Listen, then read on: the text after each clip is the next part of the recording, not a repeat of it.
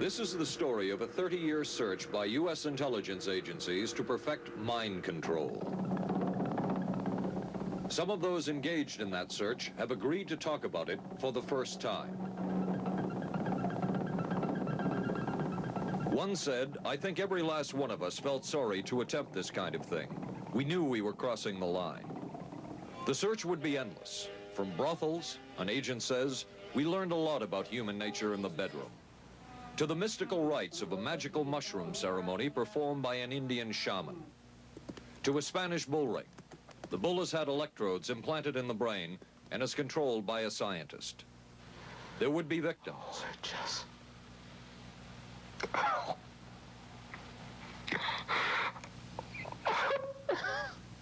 One intelligence agency tried to peel this man's mind back to reveal its deepest secrets. I'll live through it. I'll live through it. This man worked on some of these programs. He would write of his work, "It was fun, fun, fun." This is the story of the search for mind control. ABC News Close-Up, Mission Mind Control. With ABC News correspondent Paul Altmaier. Flight 217, now boarding at 8. Mark? Anne. It's been ages. Can I buy you? Allow me. 2 Michelob Lights. Michelob makes a light beer? Perfect. The good taste of Michelob Light. Don't just compare it to other light beers. Compare it to your regular beer. It's that good. You always did go first class. Your ticket to San Francisco. Thank you. San Francisco? You too? Good taste runs in the family. Mrs. Cooper, I need help. With all these different dog foods, I don't know what kind to feed him. Dry, soft. Honey, it's not the form, it's the formula. Those are for any dog, young, old, whatever. But Cycle 2 dog food is especially for dogs ages 1 to 7, like mine. The Cycle 2 formula has just what dogs in their active years need to help stay healthy. And happy. With Cycle, I know what to feed him. Now get Cycle 2 in 25-pound bags. We are not professing to tell you the complete story of these activities. We are professing to tell you the complete story that we know. Right. But these records that we've uncovered don't tell the story. They tell pieces of it. This is a story that has been told in bits and pieces. This is an attempt to pull most of it together. We know we don't have the full story. We do, however, have some striking new revelations and insights. The story begins here, just off the nation's front yard, the Mall. The buildings behind me were the headquarters for the World War II Office of Strategic Services. It was here that the first halting steps toward mind control began. The shaper and molder of OSS was General Wild Bill Donovan. He said of his group's work, "We may have made mistakes, but we were not afraid to try things that were never done before." In this anything-goes atmosphere, Donovan appointed this man, Stanley Lovell, a Boston industrialist, to break new ground in many scientific and technical fields. Donovan called Lovell his Dr. Moriarty, after the fiendish professor in Sherlock Holmes. Lovell liked the name and posed for this Saturday Evening Post photo. He later wrote of his OSS job that it was, quote, to stimulate the Peck's bad boy beneath the surface of every American scientist and to say to him, throw all of your normal law-abiding concepts out of the window. Here's a chance to raise merry hell. It was in this atmosphere that the search for mind control began. This bizarre man would be an active participant in that search over the next 2 decades. His name is George White, an OSS captain who had formerly been with the Bureau of Narcotics. In his diary, seen here publicly for the first time, White left a legacy of the darker side of American intelligence work. He received his early OSS training at the British-run school at Oshawa, Canada, the same school where Ian Fleming, the creator of James Bond, was trained. White referred to the school in his diaries as the Oshawa School of Mayhem and Murder. Mike Burke, former OSS colleague of White's and now president of Madison Square Garden Center. Very compelling fellow, mysterious fellow, almost mystical fellow. He was fascinating because you knew something about him, but not enough about him to really get a fix on him. He also knew a great deal about the swifter elements of society, the gamier side of life, and he was very impressive in his technical knowledge of the underworld, so to speak. He said, one of our men gets beat up. He says, you have to act real fast and teach these guys a lesson. Charles Siragusa, a former narcotics officer and friend of White's. He'll come around, he says, and break your kneecaps. And with that, one guy laughed, and George White always had a little Billy with him. And this one guy saw us naked. George White turned around and whapped him across the neck with it. Then he picked up a pool stick and started beating everybody up. He made his point. And he made his point. George White was not a man of understatement or subtleties. His boss at OSS, Stanley Lovell, referred to him as deadly and dedicated. In this note from White's diaries, it says, call Lovell regarding TD. TD was a rather transparent cover for Truth Drug. George White worked with the Truth Drug Committee here at St. Elizabeth's Hospital in the nation's capital. They experimented with mescaline, scopolamine, and marijuana on unwitting victims. The committee soon learned there was no easy panacea, no truth drug at this stage. But White and later colleagues would not stop trying. The goal remained the same. As this 1952 CIA memo says, the aim is controlling an individual to the point where he will do our bidding against his will, and even against such fundamental laws of nature as self-preservation. But it was a discovery here in Basel, Switzerland, at Sandoz Laboratories by Dr. Albert Hoffman that led the intelligence agencies of America to believe that they had found the panacea.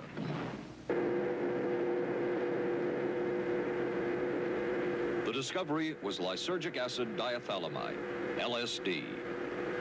The film that you see is considered by many experts to be the closest illustration of the effects of a hallucinogenic.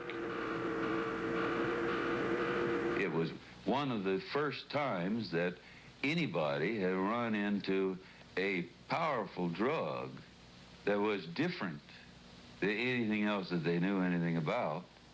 John Gittinger, recently retired chief psychologist for the CIA. This is the first time Gittinger has been interviewed publicly. We could disable a whole city by putting a very small amount on a water supply. After all of these years of us, those of us who are involved in looking for this secret drug, this was the only thing that began to look for the first time like it might be something like that. The CIA's interest in LSD was intense. The worry was that the Russians would get hold of it. Were the Soviets into LSD? I'm going to have to say I'm sure they were, but if you ask me to prove it, I've never seen any direct proof of it. But at one point, intelligence information received from Switzerland said that Sandoz Laboratories was about to put 100 million doses of LSD on the open market. And it caused enough concern within the agency that the United States was prepared to buy the entire supply. However, a slight mistake had been made. The mistake is made public for the first time. I just found out on a new CIA document that there were no such large quantities of LSD on the market. Joan Marks has filed numerous Freedom of Information suits against the CIA and has unearthed much new material. He is the author of The Search for the Manchurian Candidate, a history of intelligence agency work with mind control. He is a consultant for this report. What happened is that there was a military attaché in Switzerland, an American officer, who got milligrams and kilograms mixed up. In other words, he made a mistake of thinking 1/1000th of a gram was the same as 1,000 grams, which is a mistake of 1,000,000 times. So when the CIA got the intelligence that there were 100 million doses on the market, in fact, there were 100 doses. The man who would oversee the CIA's research into drugs and most of the agency's behavior programs is this man, Dr. Sidney Gottlieb, a chemist. Dr. Gottlieb declined ABC News' request for an interview. In their never-ending search for the miracle weapon, CIA operatives searched here in the remote mountain areas of southern Mexico for what up to then had been considered a myth, magic mushrooms. They used this man, a part-time chemist for the CIA, to dupe this man, a vice president of a bank, and an amateur mycologist or mushroom expert to try to get to the magic mushrooms and turn them into a drug. But it would be the amateur, R. Gordon Wasson and his colleagues, who would win the race and develop the drug psilocybin from the magic mushrooms. We went into the Mazatec area, far from the highways, remote from Mexico City. There we found that rotten bagasse, as it's called, bagasso, covered with mushrooms. These mushrooms I didn't know, had never seen. They were the sacred mushrooms. Wasson would also discover and record the ancient mystical rites of the mushrooms from a local shaman or magical priestess, Maria Sabina. And we were seeing incredible sights. They would go slowly or they would go fast as I ordained. All your senses are rendered acute. We say that you see visions, you see hallucinations, but that doesn't begin to tell this story. The hallucinations are only part of it. You hear sounds, you smell things. The night was thrilling. Word of Wasson's discovery reached the CIA quickly. Dr. James Moore, a University of Delaware chemist, secretly served the CIA preparing deadly chemicals on short notice. Moore was instructed to get close to Wasson and accompany him on another trip to Mexico to get the magic mushrooms. Internal documents show the CIA felt a drug derived from the mushrooms could remain an agency secret. What in the world were they looking for with the magic mushrooms? I think the best answer to that is that they were looking for fundamental information on compounds that would be capable of causing changes in behavior, changes in mental attitude. Did you ever consider what would have happened if any of these substances were given to, say, unwitting people? Oh, I don't remember having considered that specifically. What if you, I trust perhaps you've thought about it. Well, I haven't worried about it. Your question again, what would I have thought had I known that any of these substances would have been given to unwitting persons? You mean a hostile agent of another government? No, I mean think that was probably one of the things they had in mind. I mean testing it out on an American citizen. I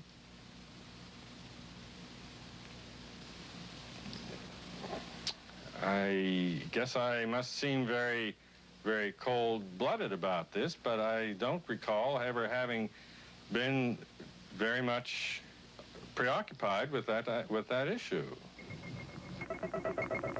But many drugs were tested in this way. A decision was made at the highest levels of the CIA to do testing on unwitting Americans. As one CIA document says, such testing would be operationally realistic. A former CIA official who worked on these programs describes for the first time how the decision was made. He did not wish to be filmed or recorded.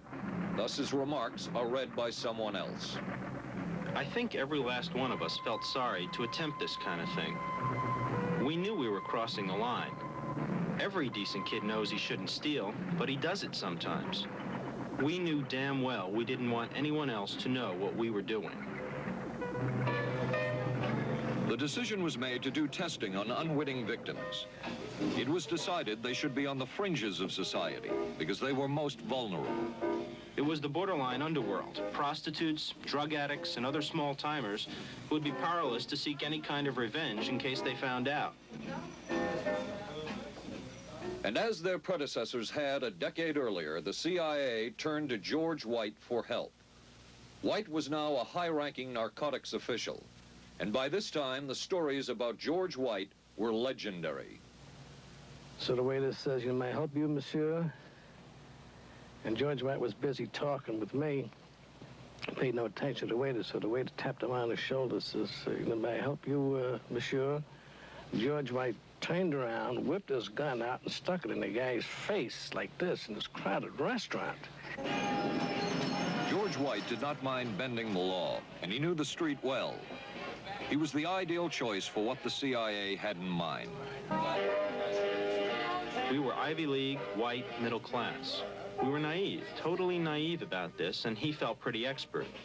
He knew the whores, the pimps, the people who brought in the drugs. White set up so-called safe houses for the CIA in New York, here in Greenwich Village, and later in San Francisco, in this hotel, and in an apartment atop Telegraph Hill with a commanding view of San Francisco Bay. While the existence of these safe houses was disclosed last year, details of what took place within them has not been told. A former CIA official who worked in the safe houses reveals that they were used not only for drug testing, but to study sexual behavior and how it could be used to manipulate people. We did quite a study of prostitutes and their behavior. How do you take a woman who is willing to use her body to get money out of a guy to get him to talk about things which are much more important, like state secrets? We learned a lot about human nature in the bedroom. We started to pick up knowledge that could be used in operations. There would be victims in all of this, but as the agency knew, they couldn't fight back. Some entries from George White's diaries. Clarice gets horrors. Janet, sky high. As one agency memo says, we have no answer to the moral question. The safe houses were not the only testing grounds. Millions of dollars would be spent on LSD research at universities throughout the country. And word would begin to spread on campus about this so-called mind-blowing drug. And suddenly, there was the counterculture of the 60s. I give the CIA a total credit for sponsoring and initiating the entire consciousness movement, counterculture events of the 1960s. Dr. Timothy Leary, the 1960s Johnny Appleseed of LSD. The CIA funded and supported and encouraged hundreds of young psychiatrists to experiment with this drug. The fallout from that was that the young psychologists began taking it themselves, discovering that it was an intelligence-enhancing, consciousness-raising experience. I know that some of the studies in which the CIA had supported used as subjects people who later became strong proselytizers of LSD. So, in that sense, yes, I think it did sustain the perpetuation of the use of the drug. And it's rather ironic, isn't it? The counter case that I would make in relationship to that is to remember that the people who were doing the research were people who would be doing the research regardless of who was the sponsor. I don't think anybody working in that time in the remotest ever thought that it would blow up into the kind of thing that it did.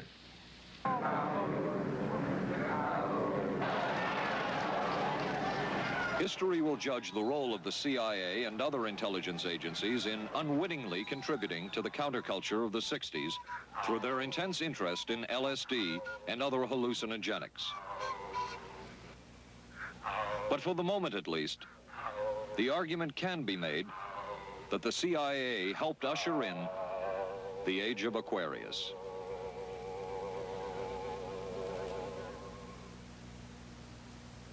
ABC News Close-Up will continue in a moment. Being careful about my body doesn't just mean major things like regular breast exams. I'm even careful about pain relievers.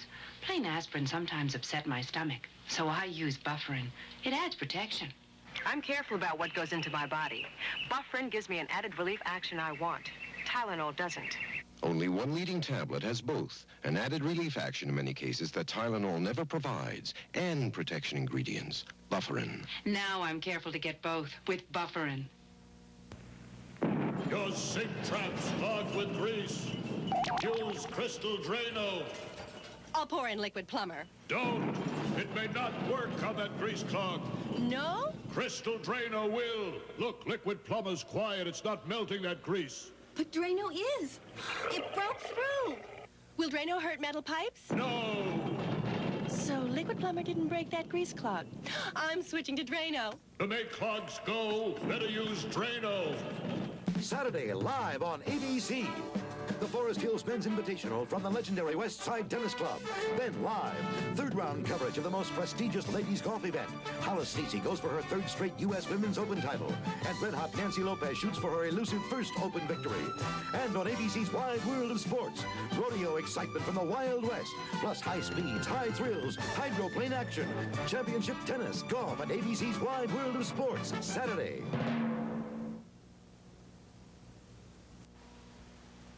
Wednesday on 8 is Enough. We got the buggy fever. The Bradford girls go disco crazy. Hey, hiya, hun. What do you say we get, down?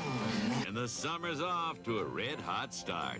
And Charlie's Angels play the horses. I want to be a jockey. But end up in a dead heat with death. Then, the ghost of Jack the Ripper haunts the back streets of Vegas. Tomorrow, starting at 8, 7 Central and Mountain on ABC.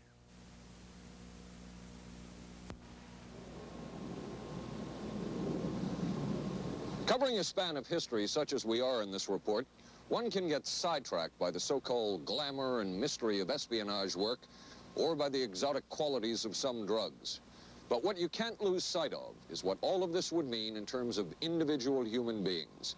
There would be deaths. There would be long-lasting and harmful effects. The best-known case is that of this man, Frank Olson, a chemist employed by the Army Chemical Corps, who in 1953 was slipped LSD unknowingly at a meeting with CIA officials. Shortly after that, Olson went into severe depression. He ended his life at this New York hotel by diving through a shaded closed window in his 10th floor room. Frank Olson was the first known fatality in the CIA's LSD program. Olson left behind a widow, Alice, and 3 children, but it would be years before they learned the real story of his death. Shortly after his suicide, Alice Olson was visited by Dr. Sidney Gottlieb, the man who had administered the drug, and by Robert Lashbrook, his deputy, who was the last person with Frank Olson the night of his death. It was probably to check me out and see whether I was handling myself and handling the situation, whether I was hysterical. And I'm sure they left the house feeling ever so much better because I had been gracious and hospitable to them, so that I must have played right into their hand and made them feel fine. 23 years later, how did you feel about that meeting? My anger was unbelievable at how I had been duped for this length of time, and the anguish which was unnecessary. Anyone who knew during all of those years never told Alice Olson the real story of her husband's death. She would discover it by accident more than 2 decades later. In essence, it was a 22-year-long cover-up. Lyman Kirkpatrick was Inspector General of the CIA at the time of Frank Olson's death. But had not the Olson case occurred within the secret confines of the CIA, would not this case have been a prosecutable case?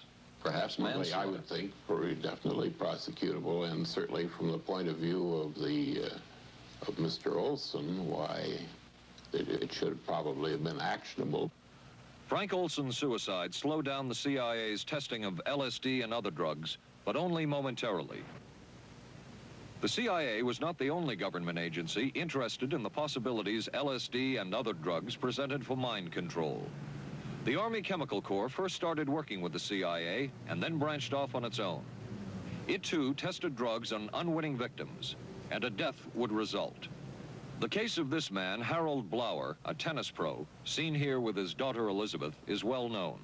In 1953, Blower was a private patient at the New York State Psychiatric Institute. He was given 5 injections of a mescaline derivative that was being tested secretly for the Army Chemical Corps.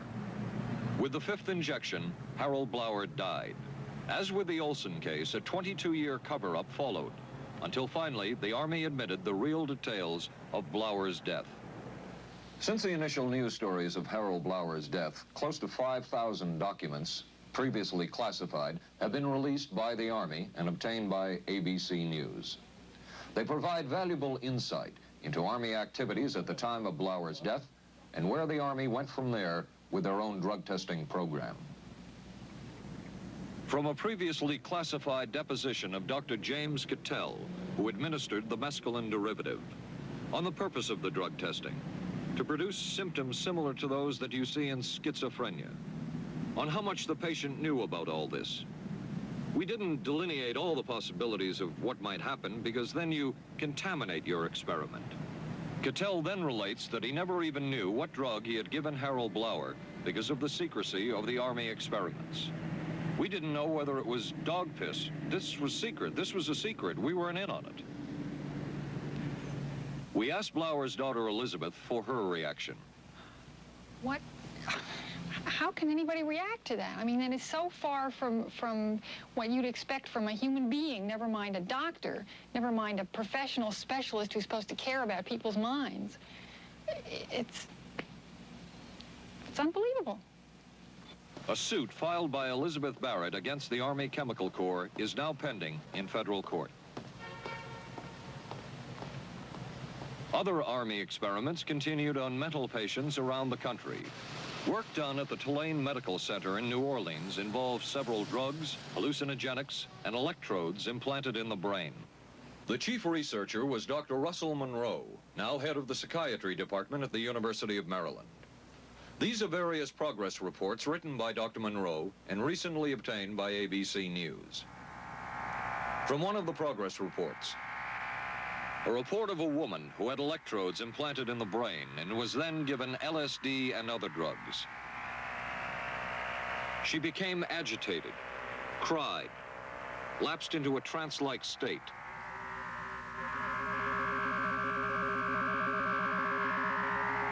Felt as if she were about to have a convulsion, experienced waves of darkness and light, had bizarre sensations in her neck and legs, said somebody was trying to manipulate her body. At this point, Dr. Monroe wrote that the woman was obviously having paranoid ideas. As a layperson, perhaps you can enlighten me. What therapeutic effect would the type of experiment that I just described have on a patient? Well, the therapeutic effect would be indirect. Was this patient aware that she was being given LSD? Yes, I mean, they were told that they would be given some medication, and they should have... Specifically LSD? Well, we told them, I don't think that they would have even known what LSD was then at the time. They were told that they were going to they would be given some medication which might make them feel worse. Dr. Monroe, what do you think the Army Chemical Corps was looking for in all of this testing? They were looking for an incapacitating agent, an agent that would not harm the person permanently, but would incapacitate them temporarily. That seemed like a humanistic way to wage a war, if war is necessary. When James Thornwell was given LSD by Army intelligence in 1961, this time it was no experiment. This time, the express purpose was to peel back Thornwell's brain to bear any secret within it. This time, the Army had gone operational. Thornwell, as reported on ABC last January, was an Army private stationed in Orléans, France. Classified documents were missing from his unit. Thornwell became a suspect. His 2.5-month interrogation included administration of sodium pentothal, hypnosis, isolation, and deprivation of sleep. Army documents obtained by ABC News refer to this interrogation as conventional. Despite this severe questioning, Army intelligence was getting nowhere with Thornwell, and it was decided to slip him LSD. For 16 years, Thornwell never knew what had hit him. Tell me about the acid. I'd rather not. It's a bad trip. It's a bad trip. That was a bad trip. The pain was so excruciating, felt like somebody was sticking me with 1,000,000 pins. You know, just everywhere. Oh, it just... Oh.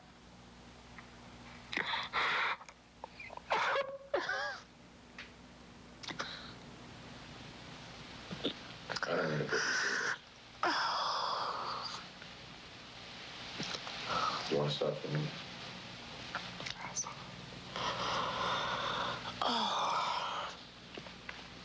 I walked around.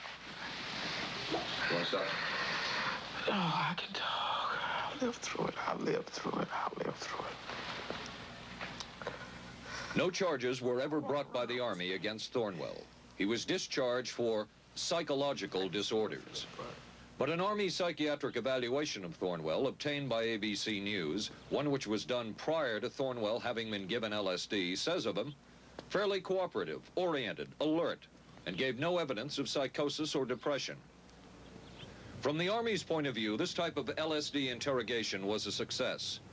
Other documents refer to the exploitability of interrogation subjects, cracking them, keeping them off balance mentally, and providing an economical, speedy, and productive aid to interrogation. From James Thornwell's point of view, it was no success. Thornwell still has serious problems. He's run through 2 marriages. He maintains he can't hold a job, can't concentrate, has nightmares, and feels socially and emotionally isolated. Last fall, Thornwell filed suit against the government in federal court. In a moment, we will examine the closest experimentation to brainwashing that we have uncovered.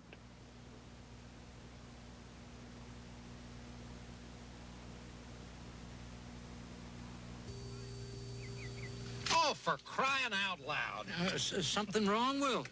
You pick up a paper these days, you learn life isn't as simple as it used to be, and neither's food. Is that why you eat grape nut cereal? Yep, you couldn't ask for a simpler cereal. Wheat and barley, vitamins added, no preservatives. Sure looks simple. It's got a natural nutty taste. What's good for breakfast, guys? How about something nice and simple? Grape nuts, the simple cereal.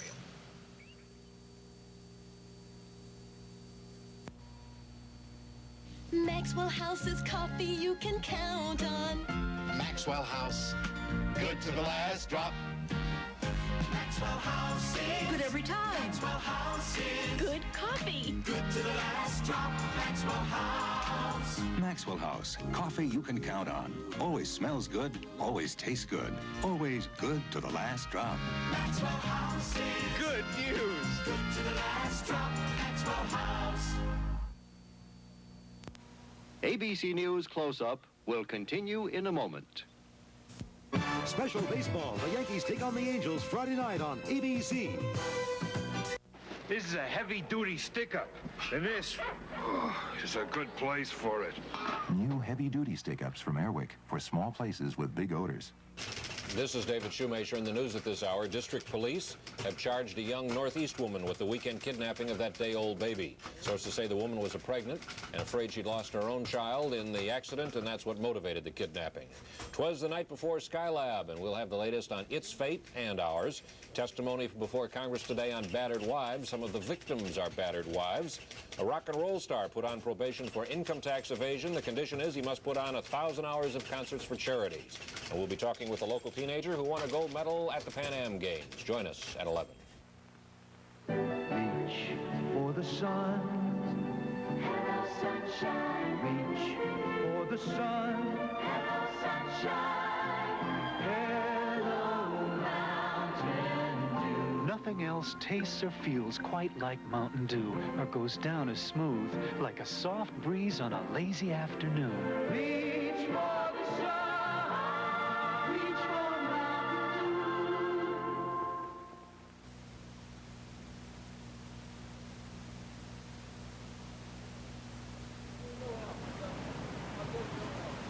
By far, the most chilling experiments we have uncovered took place at this Gothic estate called Ravenscrag, halfway up Mount Royal in Montreal.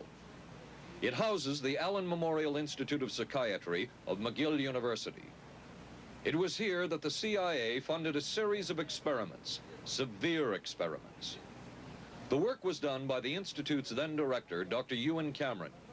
It is the closest experimentation to brainwashing yet disclosed. His work, unprecedented in psychiatry, consisted of 3 areas which he called sleep therapy, psychic driving, and the ultimate depatterning. Dr. Maurice Dongier, current head of the Allen Memorial Institute.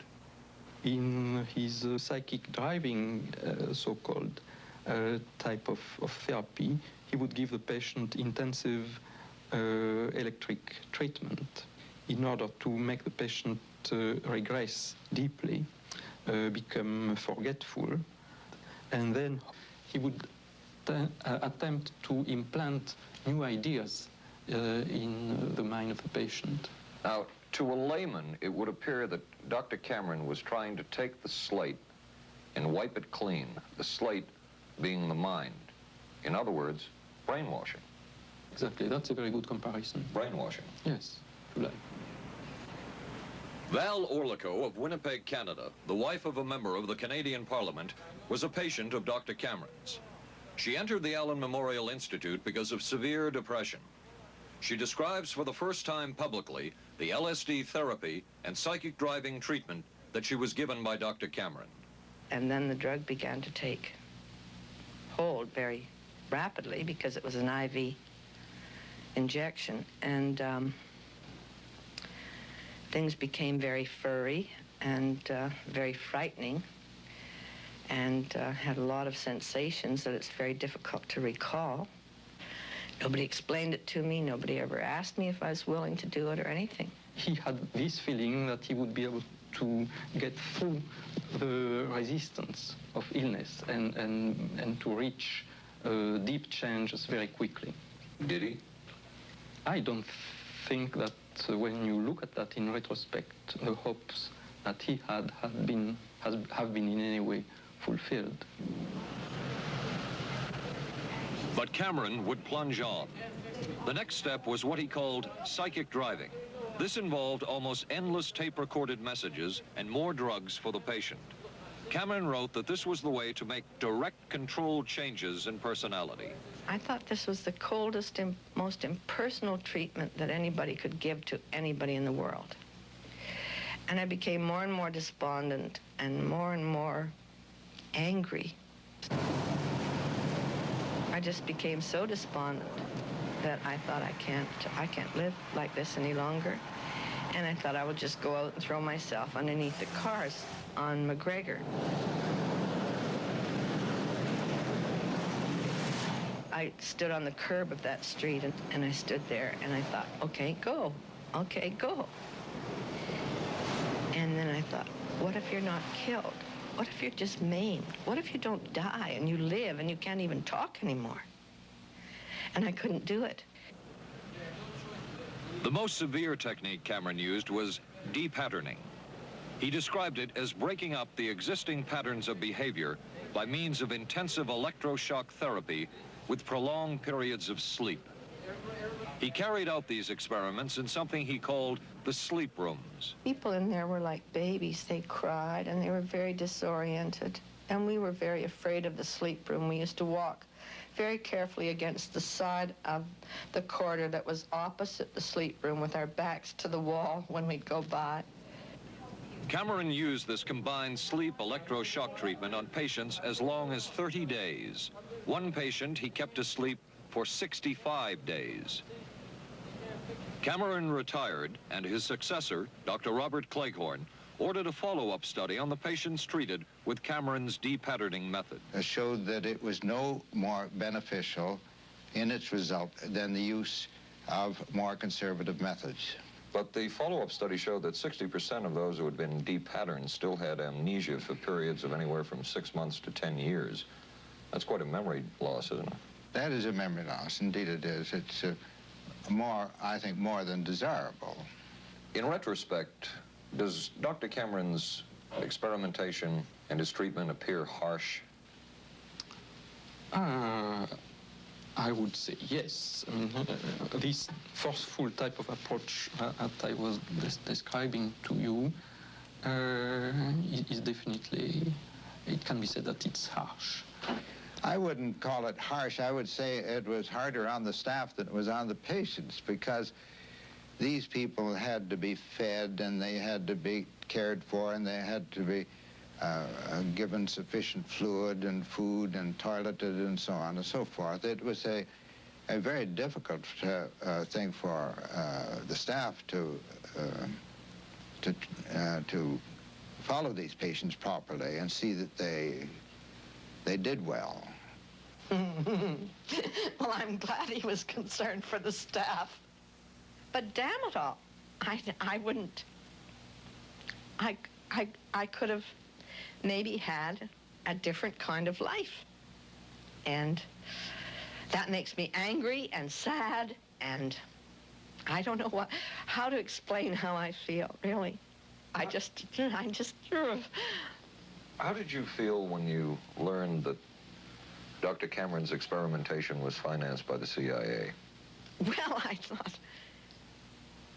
Oh, I can't even use the word that I thought, because I thought, that bastard. And he was too smart. He knew who he was working for. And, excuse me, but I just, I just can't, sometimes I can't believe it, and yet I know it's true. If you had the opportunity to say something to the people at the Central Intelligence Agency who financed this study, what would you say? I realize the CIA is a very important organization, and they have a very important job to do.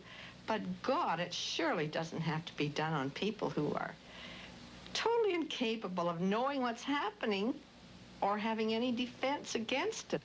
And I can't imagine the mentality of people who would do this. I just can't. As for Dr. Cameron, he died in 1966 while mountain climbing. A colleague wrote of Cameron, "For him, the ends justified the means. And when one is dealing with the waste of human potential, it is easy to adopt this stance." Dr. Cameron seemed ideally suited for what the CIA had in mind.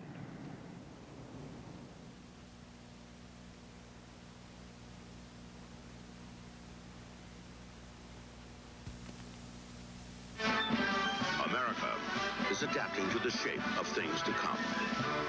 Triumph TR7 with 5-speed transmission or optional automatic. Wide steel belted radials, front disc brakes, front end spoiler, rack and pinion steering. Triumph TR7. No other sports car looks like it. No other sports car drives like it. Triumph TR7. The shape. Hey, don't worry. They just got lucky. I'm sorry. I let us down. Forget it. We'll beat them next week. No, I really let us down. Come on. How about a Michelob Light, huh? Michelob makes a light beer? Sure. The good taste of Michelob Light. Don't just compare it to other light beers. Compare it to your regular beer. It's that good. This Michelob Light is great. Hey, you know what our real problem was today? Yeah, you were terrible. Good taste runs in the family. The many roles I play call for many hairstyles. So I use hot curlers, blow dryers, things that can be brutal to hair. I switched from one conditioner to another looking for help. Then came Alberto VO5 hot oil treatment. It works just like a salon hot oil treatment, but takes less time and money. I just heat a tube, smooth it in, and shampoo. My hair's left silky, shiny, more manageable than I ever dreamed. Alberto VO5 hot oil treatment. I'll never switch again. Thursday. I can move a few of my things over this morning. There's a scandal in the 12th when Wojo gets a roommate. Hi. In a Barney Miller special. I'm a prisoner of my biological urges. Sorry to hear that. Then authorities say this Texas motorcycle gang murdered a federal judge. People are always scared of something they don't understand, and they don't understand us, so they're scared. Geraldo Rivera investigates dope, death, and the banditos on 2020. Thursday, starting at 9, 8 Central and Mountain on ABC. It was the Cold War, and especially the trial of Joseph Cardinal Mindszenty, who was forced to testify in a Hungarian court that he was a spy. And then later, the Korean War, were the coerced and mainly fraudulent confessions of American servicemen. My germination took place on the... That would spark intense interest in intelligence circles about brainwashing. The CIA secretly commissioned a study of communist brainwashing methods at the Cornell University Medical Center. A leader of that study was Dr. Lawrence Hinkle. He explains first the Russian method of controlling and breaking a person. Absolutely isolated from everyone else, with one man whose job it is to get you to write the extent to which you are a criminal. In this setting, you can get people to do most anything, do you see? Because you don't have to lay a hand on them. And by the time you get through and you go up before the judge, the fellow says, were you a spy? He says, yes, I was a spy. The Chinese never really had this kind of a state police system. They would get him in, and all this fellow does is ask you to write, rewrite, and talk to him about your whole life.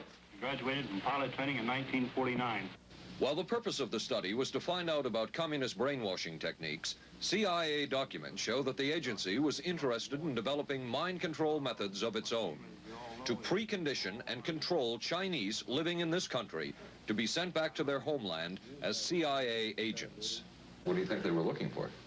Well, I think they weren't looking for agents or anything like that. Yet the agency's perception of the work you were doing, in CIA documents we have examined, it says that the project that was being done here, they intended to use everything learned about the new agents to induce them to, quote, to perform acts of a complex, purposeful nature. Yeah, but that was never done. The effects of which may be out of keeping with the individual's previous behavior. That sort of thing was never done. Those people were not, that was, when they first came here, the first people they sent up to see us, you see, were operational type people from the CIA with some rather wild ideas. Okay, this is their perception of it, if I could just continue. No, it wasn't their perception of it either. No, it wasn't. Dangerous to his being, contrary to any previous consciously expressed intentions and interests, contrary to the good of the individual, and subversive to the goals for which he is consciously working. I understand all this talk. But the situation was, you see, those things were never done because of wise people on both sides. We were not able to do this nor interested in it. They were, though. Some of the low-level people were, but the high-level people were not, to tell you the truth. But documents clearly show that the CIA was attempting to develop agents over whom they had as much control as possible. Agents who would perform tasks contrary to their own good. Normally conditioned American who's been trained to kill and then to have no memory of having killed. His brain has not only been washed, as they say, it has been dry cleaned. Is a Manchurian candidate, controlled by others to do things against his will, possible? It was a remarkable film because, as far as I'm concerned, it made something totally impossible seem absolutely credible. I would say the answer is yes, but there are many qualifications to that. Dr. Milton Klein, a psychologist, a clinical and experimental hypnotist, and unpaid consultant to the CIA.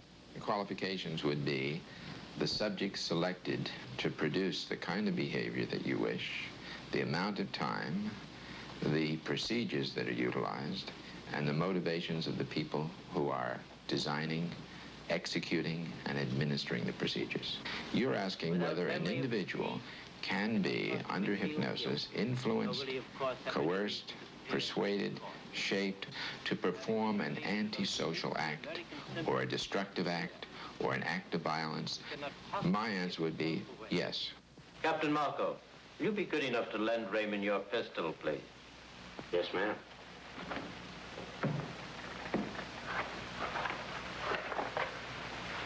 Thanks, Ben. Sure, kid. Shoot Bobby, Raymond. Through the forehead. Yes, ma'am.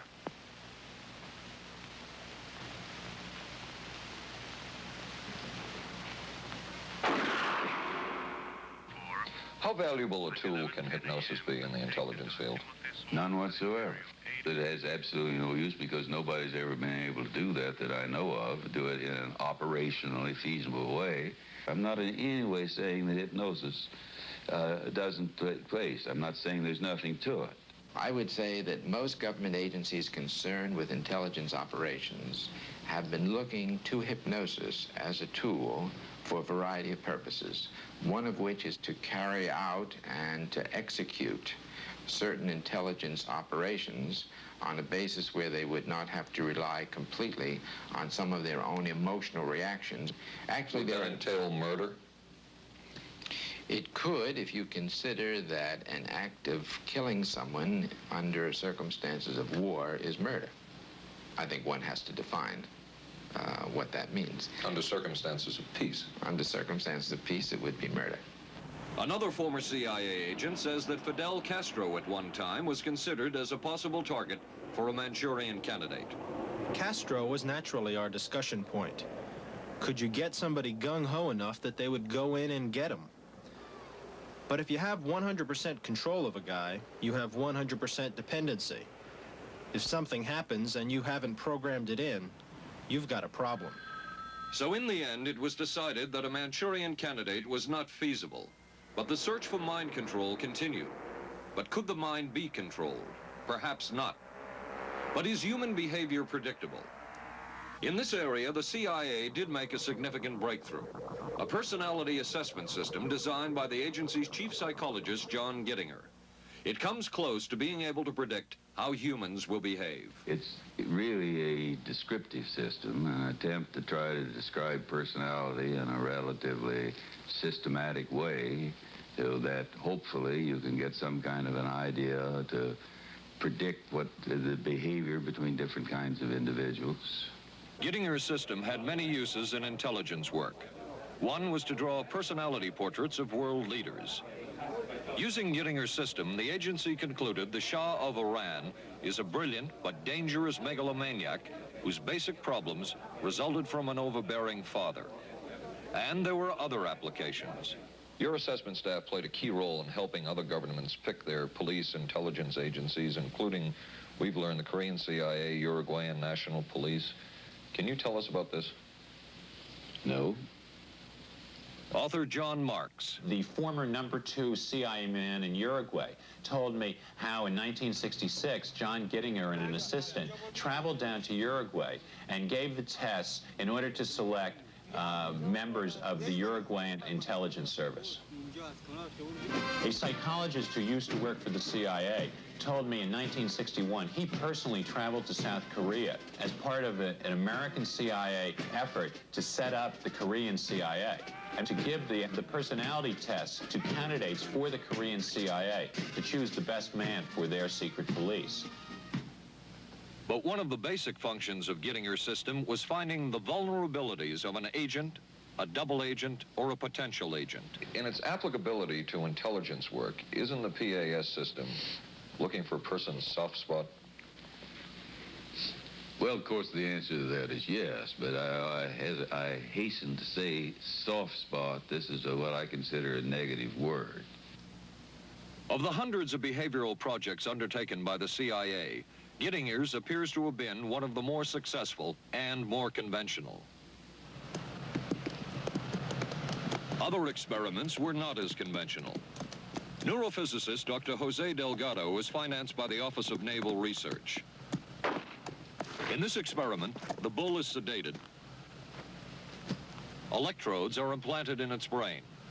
Delgado transmits an electronic impulse to the center of the bull's brain. Delgado has remote control of the animal. Recently released CIA documents refer to the feasibility of remote control of animals, and that special investigations will be conducted toward the application of selected elements of these techniques to man. Other areas were examined through the 60s and 70s. Brain surgery, psychosurgery, creation of amnesia, parapsychology, manipulation of genes. Even though past and present CIA officials have indicated this kind of work ended in 1963. Whole truth, nothing but... And one of those who took part in these programs. Thank you, sir. In 1977, a Senate subcommittee heard testimony from many of them, but the testimony was not that revealing. According to one of them, they agreed amongst themselves to keep the inquiry within bounds that would satisfy the committee. Former narcotics officer Charles Siragusa says that he was asked to limit his testimony by the man he reported to at the CIA. He wanted me not to say anything. To perjure yourself. That's right.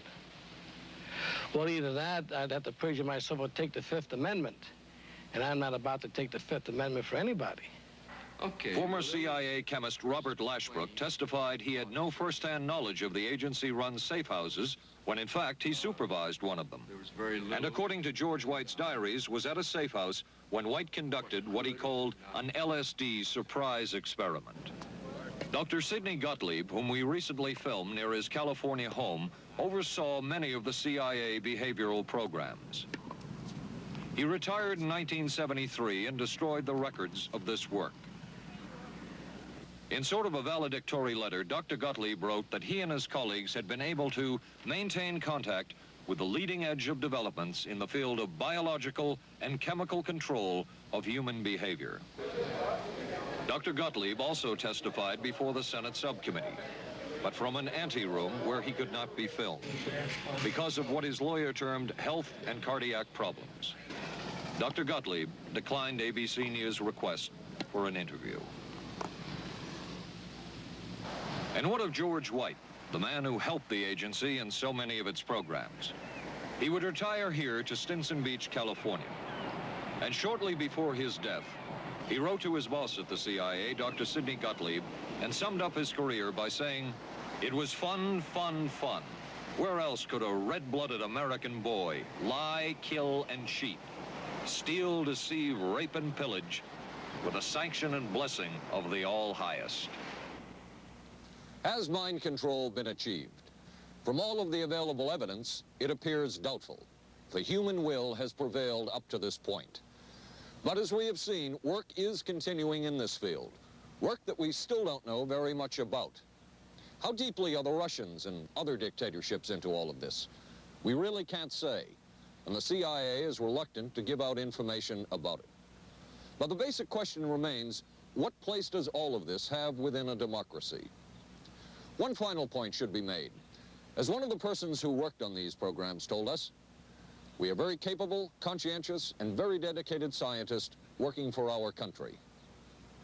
Their work speaks for itself. This is Paul Altmeyer for ABC News. Good night. Here's a great idea. Potato peeler? Nope. Hair curler.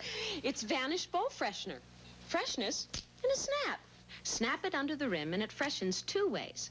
It's always there to freshen. Then when water hits it, extra deodorizer and detergents are released, working best when and where you need it. When the bowl's fresh, the bathroom's fresher. Snappy idea. Vanish Bowl Freshener. Vanish for a cleaner bowl and a fresher bathroom. What do doctors recommend for pain today? This report shows doctors' #1 choice is the pain reliever in Anacin. 5 million recommendations last year for pain of headache, backache, minor arthritis, and muscle ache. The ingredient in Anacin is the doctor's #1 choice. Anacin is strong, a special combination of medical ingredients free of stomach upset for millions everywhere. The ingredient in Anacin, doctor's #1 choice.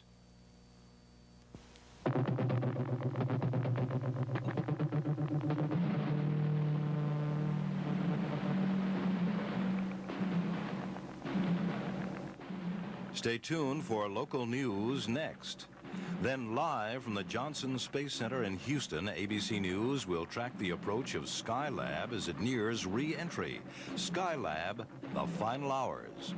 Right after Twiggy and Dirk Benedict of Battlestar Galactica star in I Want Her Dead on the Tuesday Movie of the Week tonight on ABC.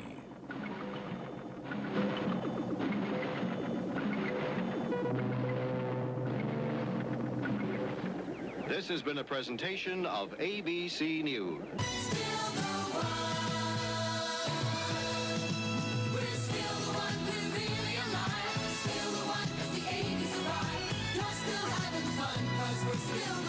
Still the one, ABC.